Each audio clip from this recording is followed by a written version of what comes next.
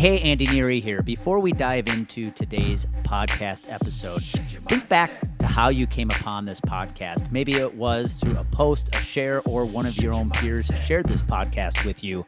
I don't take any ads. I don't take any sponsorships. The only way this podcast grows is through word of mouth. So if you would be so kind to share this with a peer, with a teammate, with a friend, a family member, I would be forever grateful to you. This is how we impact more business professionals, and this is how this podcast grows. All right, let's dive into today's episode. Hey, welcome back to the Bullpen Sessions podcast. I am excited today as I am joined by Megan Pepitone. Megan is Regional Vice President of Transamerica living in the greater Houston area. Megan, welcome to the Bullpen Sessions podcast. Thank you for having me. It's the first time I think I've been on a podcast. Well, we are going to introduce you in your first podcast to a large audience of people in this industry. Now, they may have heard Transamerica and go, all right, what are you guys going to talk about? We're not even going to come close to talking about anything to do with product or Transamerica itself. What we're going to talk about in today's episode is we're going to spend a little time on your sports career. And then we're also going to dive into how your sports career has impacted the priority you place on your health today. Because I think that is a topic that goes underappreciated far too much in this industry. So you ready? Yep, I'm ready. Awesome. Well, you grew up in the greater Houston area, and offline when we were chatting, you mentioned that you had gone to the Woodlands. You went to high school in the Woodlands, which, being a sports nut that I am, I know a lot of good athletes have come out of the Woodlands. Yep. Growing up in an atmosphere, an environment like that, number one, what sports did you play in high school, and how did that impact your sports career, being surrounded by such a competitive sports environment? Right. In high school, I mean, obviously basketball took me to the next level, but I was a volleyball player. In fact, my parents really put me in every single sport. It was golf, it was soccer, it was softball. And then really when you're at a school like the Woodlands, they kind of fight over you on, who's going to engulf all of my time. So, there ended up being an agreement, I think, between the volleyball and the basketball coach to split me and to share me. The soccer coach lost that battle. So I couldn't be a 3-sport athlete in high school. I had to choose 2. So yeah, it was intensely, there was intense competition, honestly. Yeah. At least you played 2 sports. I mean, you look at high school athletics today, you're hard pressed to find somebody who specializes in 2 sports. I feel like everybody today is a 1-sport athlete, and it's amazing to me how competitive that has gotten. Yeah. When did you realize, because we'll talk about your college basketball career at Tulane here in a minute. When did you realize college basketball was going to be an opportunity for you? Did you have that moment, where you're like, I can do this? What was it? How did that come about? I was just almost happy to be there for the most part. I did not really have an aha moment. It was really just my parents kept investing time and money in AAU basketball, and I just kept playing. And I think when I was, freshman and sophomore, those letters started coming in and those looks started coming in. So I said, okay, maybe I can do this at the next level. But I was just, I don't know, taking it one day at a time, just playing each game, having fun. If you go back and look at my 10-year-old AAU basketball team, every single girl on that team played Division I basketball. And it's kind of crazy to look back at just how competitive we were at such a young age. It goes to show, though, you surround yourself with people like that, you're going to get better as an athlete yourself. Right? Yeah. Right. Wow. That's phenomenal. Every single one. And so 9 and 10-year-old team played Division I. Right. And then we're not talking Tulane, I love playing at Tulane, but we're talking Stanford, Baylor, Texas, Louisiana Tech, TCU. I mean, these girls, I was on the low end of the totem pole on that team for sure. What? Yeah, I played at Tulane, which was Conference USA, and I was on the low end of the totem pole of my 9 and 10-year-old team. I'd be happy to say that any day of the week. Yeah. Before we get into college, I'm curious. I'm going to ask you about this because, you played in the early 2000s. Yep. And for a long time now, decades, there's been this fight for equality, right? For female sports at the collegiate level. Now that we have NIL, the name, image, and likeness. Do you feel like that's had a positive impact on women's sports at the collegiate level? I had this conversation the other day at one of the charities that I was volunteering at. And we actually had a news reporter there, and he was bringing up the Fab Five. From Michigan. Michigan, yep. He was talking about how he couldn't buy his own jersey, walking along. And I was like, that was bad. But for me, getting, what at the time was a $50,000 scholarship, every year for 4 years was a big lift off of my parents' shoulders. So I felt like any day was, a blessing to be able to go to school for free. NIL, I think it would take away some of the ticky-tack stuff that the NCAA, I think, tried to pin on people, like meals with donors and things like that, where it was just, you couldn't go get a hamburger with someone because it was going to be against the rules. But I think NIL, I think it's good and bad. I've had arguments both ways. I think the good programs are really going to accelerate to the top because of it. I worry about like the mid majors when it comes to NIL, because I just still don't think the visibility is quite there yet. But we'll see. It's not because I didn't have it. I think I'm probably more against it than for it, to be honest. You bring up a really good point, though, that I don't think I even thought about. I went to a mid-major public university, so the tuition wasn't extravagant, but I had a full ride. Yeah. And you had a full ride to a private school, which is a lot more expensive, where you're talking about $200,000 over 4 years. Yeah. I mean, yeah, I get it. The school could be profiting off your jersey, which is, a lot of where this NIL came from. But don't forget the school's already given you a gift by paying $200,000 of your tuition. For sure. And I think this is hard. Important to know. And my husband was a baseball player, and he was not full scholarship. So he had to earn his scholarship as he progressed through his baseball playing years. So it's a discussion we've definitely had in our household, but I took every day as a gift. And when I was able to move off campus and get a stipend, I found a cheap place and was able to, take the additional money and kind of plug it away for the future. Honestly, I think I used some of that money to this day to set me up in my young adult, in my young career, really.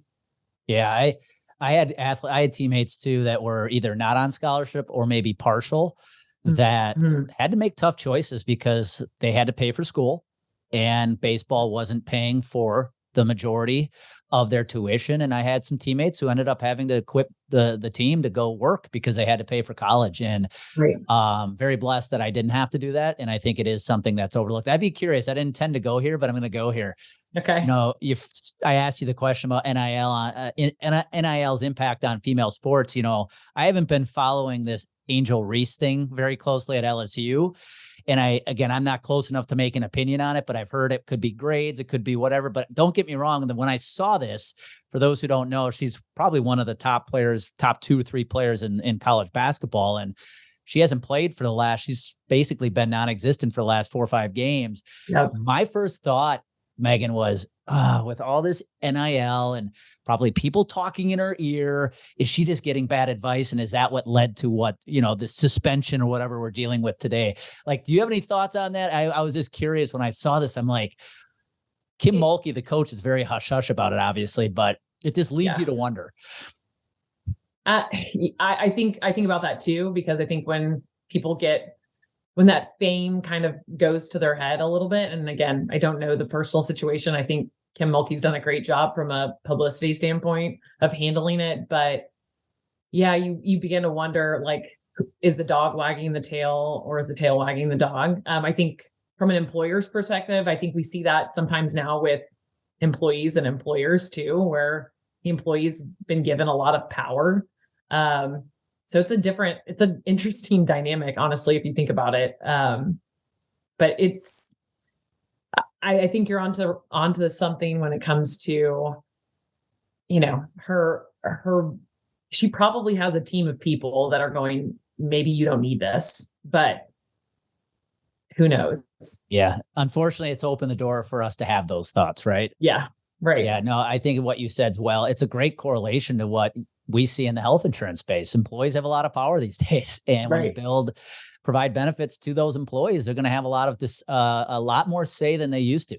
Yeah. All right. So fast forward, you're at Tulane University playing collegiate basketball, Conference USA. Now, you were at Tulane from 2005 to 2009. So for doing the math, 2005, Tulane is in New Orleans, Louisiana. Yeah. Hurricane Katrina. What was that like? I think that would have been your first year. Yep. What was it like going to college in New Orleans during that time? So I went to summer school before my freshman year officially kicked off to get some credit hours, get, acclimated with the city. I love New Orleans. And really, we moved in and, we're setting up dorm rooms and my parents are there. Everyone's all excited and they're going, hey, there's this hurricane in the Gulf. And the people that have lived there are like, there's always a hurricane in the Gulf in August. So we got done setting up my room and they're like, hey, it's actually, we need to go. So really we got communication from our coach. Hey, go home, evacuate, do not stay here, do not hunker down during the storm. I ended up going home for a few days and I was going, oh my gosh, this is the start of my college career. What's going on? All my stuff's in my dorm room. And, about a week or two later, we get, we were getting updates from our coaches, but, texting wasn't as big still at the time. But we were getting calls from our coach saying, hey, meet us in Dallas, because we're all going to go to Texas Tech for the fall semester during Hurricane Katrina as our community and school rebuild. So that was a shock. And I don't think I realized, until many years after that, again, we were just putting one foot in front of the other. We were following coach's orders. We were doing what we had to do. But I look at that as an 18-year-old kid that's going to school and then I have to uproot and go to another school that's, in Lubbock, Texas, 8 hours away from where I was. There was a lot of adversity, I think, that we overcame just because we were together as a team. And like I said, we just put one foot in front of the other and, showed up to practice every day, honestly. I wanted to ask you that, you started your college career thinking you're going to a private school in New Orleans. You still did go to a private school, but it happened to be in Lubbock, Texas for a little bit. Yeah. Yeah. You had teammates who had, already been on the team for a few years. You guys go on and end up winning the Conference USA 2007. Yeah. Do you think what impact do you think that experience, having to spend a semester, I believe, in Lubbock together, did that have an impact on how your team performed a year or two later, ultimately winning the conference championship in 2007? Yeah, absolutely. I think honestly, becoming when you're kind of away from, your regular everyday activities, you tend to bond, I think, a little bit better. So we had a really great fall semester coming together and, when you overcome adversity with other people, you tend to have a little bit of a link together. And we have a link together for life. All of us became Hall of Famers because of that incident, but we really stuck it out. That next year, I think it didn't seem easy. It just seemed more fun. That next year when we won the Conference USA championship, I mean, it just was, when you go through all of that the year before, you just go out on the court and have fun. Nothing seems as critical, I guess, or doesn't seem as much of a mountain to climb over because you're back in your home, you're back in your hometown, you're back in your home gymnasium, and you're just showing up to practice every day, giving it your best. And, You're not having to worry about like running into Bobby Knight in the hallways at Texas Tech, or, we had to practice at 6 a.m. Just because that was the only practice time left on the court. Because you have, Texas Tech volleyball, Texas Tech women's basketball, Texas Tech men's basketball, all going on. So showing up at 6 a.m. again as an 18-year-old for practice, full on intense practice was not fun. I'm sure it wasn't fun for my coaches either. Well, if it makes you feel any better, I went to UW Milwaukee and we did practice in our own gym, and we still had to practice at 10 o'clock at night to get space in the gym. So I feel those early morning, late night practices that you felt. Yeah. You referenced that, you're in the Hall of Fame at Tulane as member of that 07 team. Yeah. One thing I wanted to ask you about, because when you look back at your college career at Tulane, you played in all 122 games of your 4-year career. Yeah. Which is pretty cool. And I think what that speaks to is your ability to make sure you're healthy enough to play in all 122 games. Yeah. When you look at that, like, how much do you attribute to what you did off the court so that you could make sure you were healthy to play in every single game of your career? Because that's kind of unheard of. Yeah, honestly, I think it's probably one thing my parents are most proud of me for. I think the first thing I would say, without going into the health aspect, is I just had a really positive mindset. I was always the person that was hustling. I was never slacking. And I think whether that's in athletics or in life, that your coach rewards you with playing time. You could be, the number, 10 person on that team, but they're going to put you on the floor because they know that you show up every day. And when they're looking down the bench for someone to choose to go in. So that was me, my freshman year. They're like, man, Megan's working hard every day. She's not our best, but we're putting her in. So I think that's how it was towards the beginning of my career. From a health perspective, yeah, I mean, it's strength and conditioning. It's making sure you're putting the right things in your body. But I'm not going to lie to everyone. I'm probably healthier now in my mid 30s than I was as a, 18 to 21 or 18 to 22 year old. But that being said, I think honestly, I was rewarded for showing up with a positive attitude, with, always hustling, always, getting after it, was never causing any trouble. I think when Lisa Stockton, who's a phenomenal coach, looked down the bench and she looked and saw me, it was like, okay, we're going to give Megan a shot. And thankfully that just happened in every single game of my career. So that was pretty fun for my parents to see too. Yeah. It's definitely a sign of resilience, which is outstanding. And on a side note, it's kind of cool to see what's happening at Tulane right now at the football program. They're 11-1, probably will represent the group of 6 in the New Year's Bowl. So there's a lot of good attention being given to the school right now, especially with the football program. Yeah. Looking back now, you're in the health insurance space. What lessons did you take from basketball that you still find yourself applying today as RVP at Transamerica? Hi, it's Andy Neary, and thank you for listening to the Bullpen Sessions podcast. Did you know the ideas shared on this show are things we actually specialize in helping you implement? If you're an insurance professional and you want to turn your credibility into consistent client acquisition, visit CompleteGameConsulting.com and schedule a free strategy call. Again, that's CompleteGameConsulting.com to request your free strategy call. All right, let's jump back into today's podcast episode. Showing up, being consistent every day, doing the blocking and tackling. I mean, I was not the flashiest basketball player in my collegiate playing days, but and I don't think I'm the flashiest salesperson. I think I just show up consistently for my broker partners and our clients every day.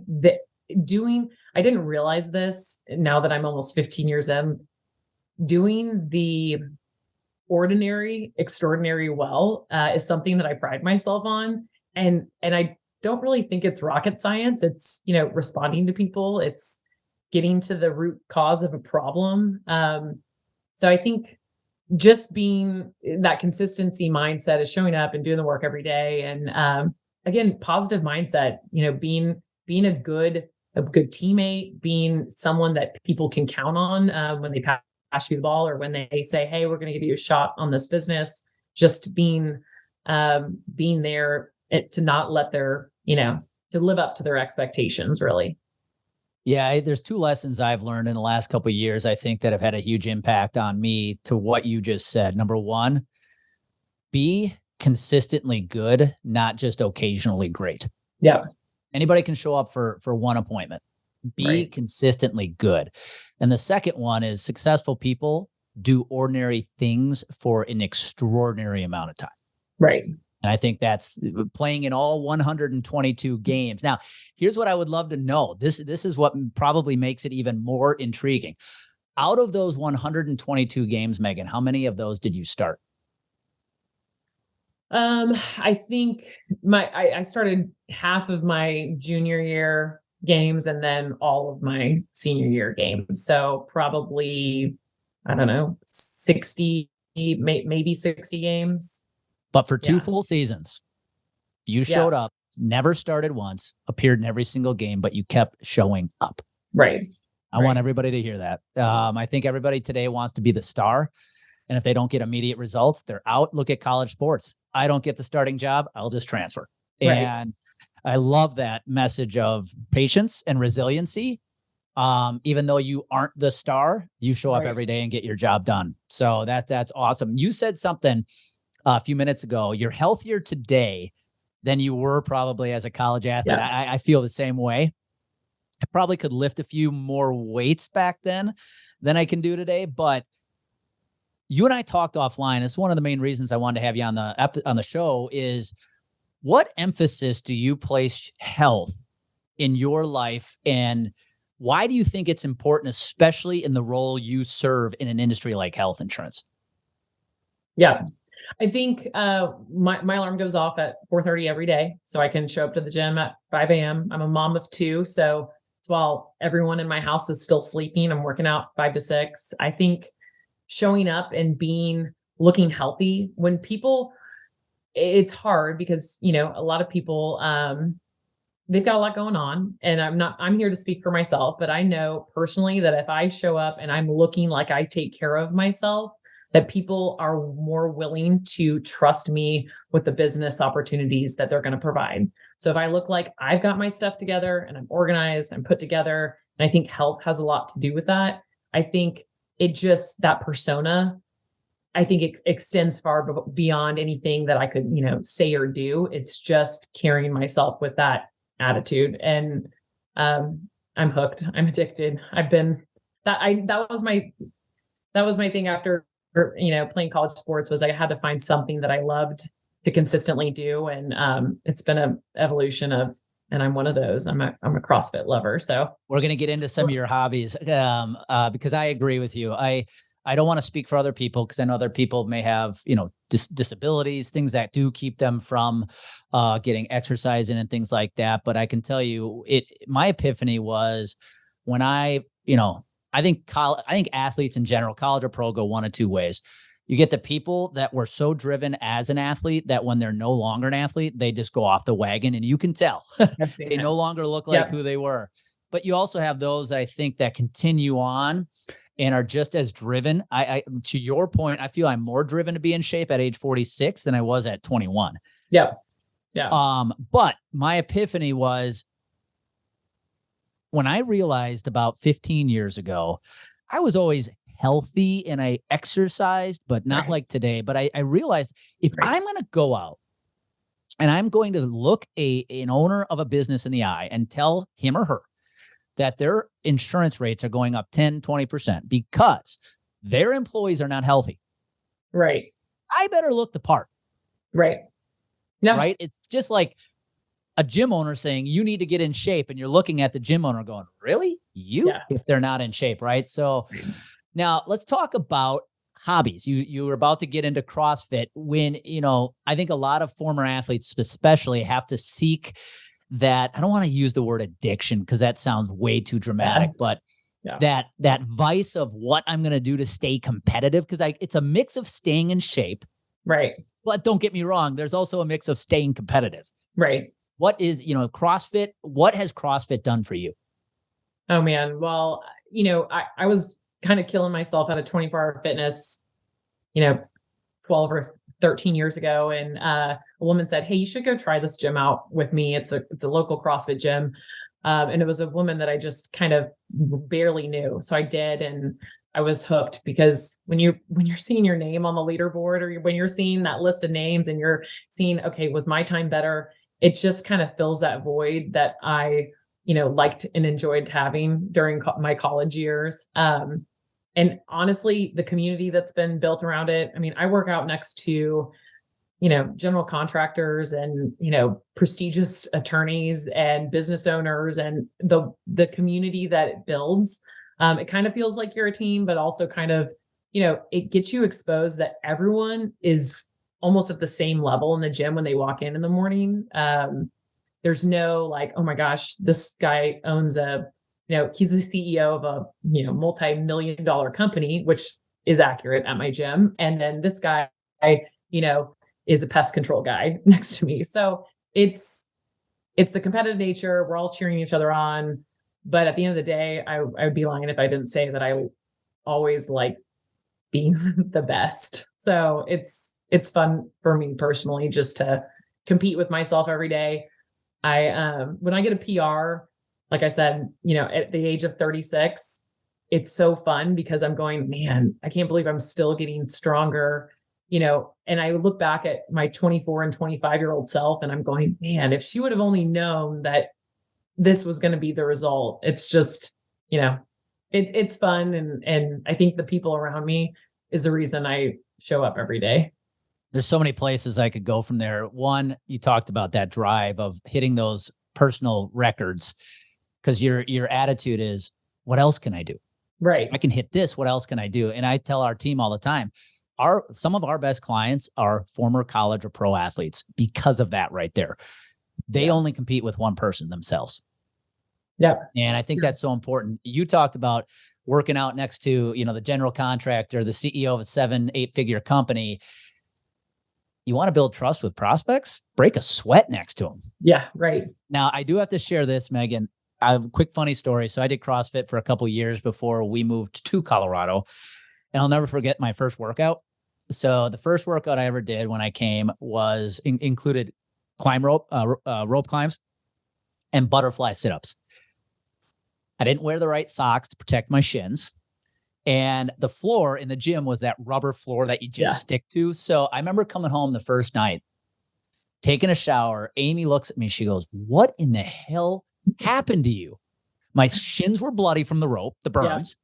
And because I'm doing butterfly sit-ups, I won't get graphic. I know your backside. Your butt is rubbing against it looked like I was literally, I got beat up somehow on the way home. So that was my first experience with CrossFit, but I give credit to the folks like you that are just gung-ho about it, because let me ask you this. You and I are on the same page when it comes to taking care of your health. We have a lot of people in this industry. We're weeks away from when this airs, staring 2024 in the face. Yep. A lot of them are going to have health goals. Yeah. They probably realized, yep, I'm doing well business-wise. Maybe the money's well, everything's going well, but you know what? I know I could be better with my health. What advice would you give them? Because they're maybe not a former college athlete who is 4 or 5 times a week at the CrossFit gym. What advice would you give them if they're still at chapter 1? Scale. I guess the scalability, really. I would say showing up, finding accountability partners. That's always key. But I think people think that they have to be our terms would be RX athlete when they walk in the door. I think the most fun that I see, because I coach 1 day a week over there, is those athletes that have been scaled athletes that turn into RX athletes, because everyone starts somewhere. And I think just having that mindset of like, 1 day at a time, I'm not here now, but I'm going to continue to show up. That's the key. And I think from a health perspective, there's a lot we could get into, but I think that which is measured is true. So whether that's tracking your fitness or tracking what you're putting in your mouth, it's going to say a lot about you realizing, wow, like I've gotten better from my fitness standpoint, or wow, I'm eating a lot of crap. And when you put a pen to paper on, or MyFitnessPal or whatever you want to use, and you see what you're actually consuming on a regular basis, I think a lot of people wake up and go, wow, like I need to start tracking this so that I can improve. Because I think if you don't track it, there's no way to improve. Just like when I go look and see a old PR from 2018 and I look in 2023 and I'm going, wow, I can't believe 5 years later that I've improved this much. So I think staying consistent, showing up every day, but also tracking, whether it's food or tracking, your fitness goals, I think becomes a big part. And I think that would be my initial advice to anyone that's looking to get healthier in 2024. Yeah, I think a lot of people listening, they're really good at what goes into the business, being disciplined about what goes in their business so it grows. It's the same philosophy. Be very disciplined about the food you put in your mouth. Yeah. And the sweat, the work you put into making yourself better. I'll tell you what, I surrounded myself over the Thanksgiving weekend with plenty of people locally, people I got to hang out with who have this attitude, like, it's almost like this whole I'm getting older. It's just natural to get out of shape. I'm like, that's bullshit. Like, you don't have to get out of shape just because you're older than you used to be. Right. Right. And I think you're a testament to that as well. As you said, you feel healthier today than you did as a college athlete. Yeah. No, we've got a woman at our gym. She's 72 and she's not like, she's just a rock star in there, moving every day, not making excuses. And we have some older men that do make excuses when they're in there. So I'm like, look at her and look at where you're at. Like, she's just getting it done, and she's scaling. She's older, but she's still moving. So she may not be doing, heavy back squats, but she's doing air squats or, light barbell squats. It's just, everyone thinks that they have to be at this, high level, when if you consistently show up at this lower or medium level, you're going to be impressed by your results. 100%. My last question for you. I just put out a post this morning about this. My sister gave me a picture of, she found this cleaning out her house, of me playing professional baseball. And I put a post out about, okay, I was 21 here. This is 25 years ago. What advice would I give my 21-year-old self? So if you could go back and talk to Megan, sitting, either starting in a Conference USA game or maybe the early version of Megan at Tulane, sitting on the bench, playing, but not starting. What advice would you give her based on what you know today? Oh man, this is hard. I did not prepare her, folks, for this question. I'm not prepared. I think I would tell young Megan Velicivic at the time, I would say lift heavier weights. I would probably just say, I am happy with the life that I've built for myself, but I would just say, just continue to be consistent and show up. But, I would say I was lifting baby weights as a college athlete. I'll tell you what, I think what you proved though, is maybe you didn't know it at the time, consistency to show up for 122 games. That you probably didn't know at age 21 what impact that would have on you today. Right. And speaking of strength, I just had this conversation with my parents who are in their mid 70s. One of the biggest things, if you're listening and you're getting up in years, strength is important, because one of the biggest problems older people have is when they fall, because it happens more when you're older, a lack of strength is what often causes you to break bones and things like that, which can lead to a lot of symptoms. I've really leaned into that as I've gotten older. Strength training is more and more important than it's ever been. Oh, for women especially, we're losing, I forget what the percentage is. I wanted to say it was like 3% of muscle every year. So you need to strength train, and you need to, overcompensate with protein intake, because we just naturally lose it every year as we get older. So if you're not doing that, you're definitely doing your body a huge disservice. That's two. If you ask me, what are two secrets I'd share? More strength training, more protein. Yep. Absolutely. I'd agree with that. Megan, if someone was listening, this was a great conversation. Somebody was listening in, they're inspired, they want to reach out to you. What is the easiest way to get a hold of you? Cell phone. You can send me a LinkedIn DM, email.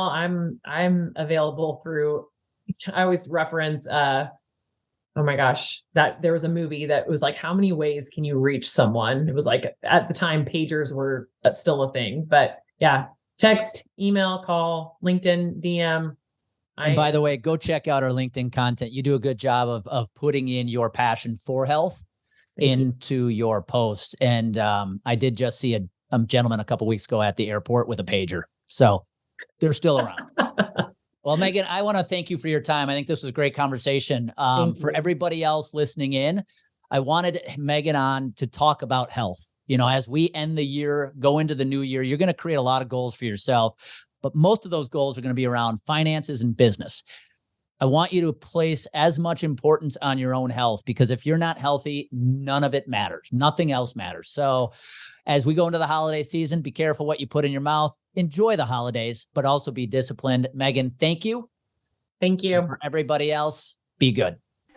Thank you for taking the time to listen to today's podcast episode. Remember, if you found value in this episode, do me a favor, give it a like, share it, post about it, go subscribe to make sure you get every episode from us every single week. And my only ask from you is that if you have anybody in your life, whether it be a teammate, a peer, family member, or a friend, please share this podcast with them. That's how we grow. We only grow through word of mouth.